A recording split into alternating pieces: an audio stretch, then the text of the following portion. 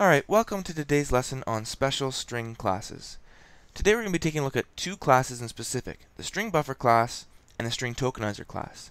And we'll see how these two classes can be used to make working with strings in our programs a little bit more convenient. Now if we remember from previous lessons, a string is an object that is created to be a very specific size. So if I were to make a string with the word Logan in it, we'd know that it has 5 characters long. And this string will always be 5 characters throughout its lifetime. I can never alter the size of a string.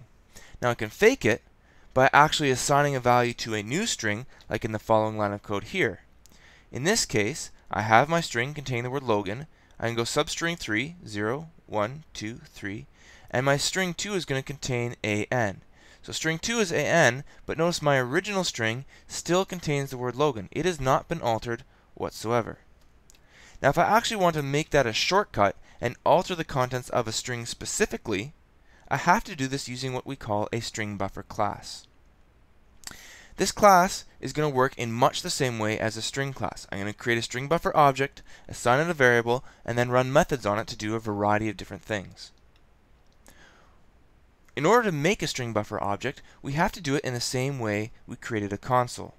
So we have 2 lines of code. One that's going to declare that I'm going to have a string buffer object that I've named S1, and the second line of code where I'm actually going to create it. So S1 is going to be a new string buffer that contains the words hello. And inside these brackets I can provide any argument I want as long as it is a string.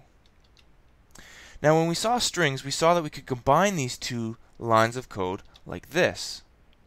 However, this will not work for a string buffer object. This line of code here would be illegal.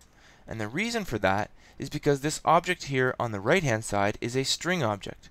So I can't put a string object into a string buffer object. Instead I have to use the constructor method here that will convert this into a string buffer object so it can be stored properly as a string buffer. Now one of the methods I can use for a string buffer is called the append method. And what this allows me to do is it allows me to concatenate or join a string to the end of a string buffer. So here's some code that shows me how this works.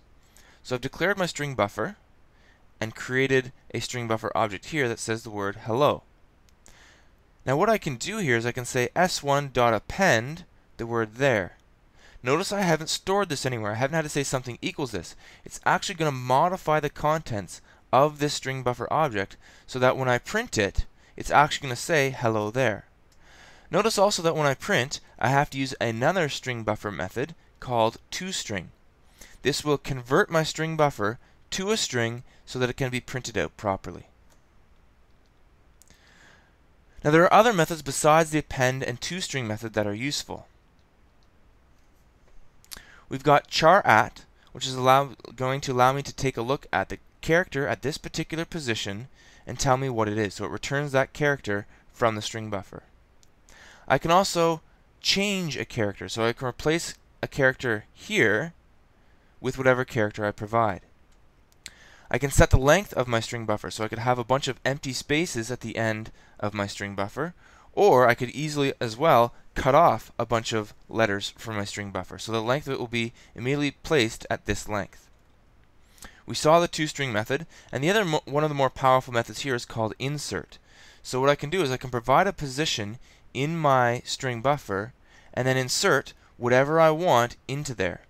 And this argument can be any primitive data type. So it could be an integer, a double, anything I want, or anything that has a toString method. So as long as the object I want to use, like a string obviously, has a toString method, it can also be inserted into the middle of my string buffer. Now the second class we were going to look at is called the string tokenizer class. This class is actually written as part of the java.util package, so if you wish to use it in one of your programs, you have to import this package at the very beginning of your code, just like we import the hsa.console package. And what this class does is it takes a line of text, or a string, and divides it into its individual tokens. A token is basically any group of characters that are separated by white space. So a space, an end of line, a tab, and so on. So in this particular sentence, if this line was my string tokenizer, this word this would be a token, class would be a token, will be a token, and so on. Every time I have a space, that would be a new token.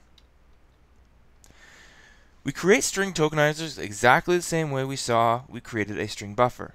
So we say we're going to have a string tokenizer called S1, and S1 is going to equal a new string tokenizer, and we provide it with whatever string we want that we're going to convert into tokens.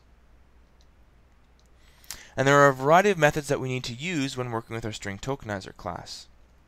The three most important are count tokens, which tells us how many tokens there are in our string tokenizer.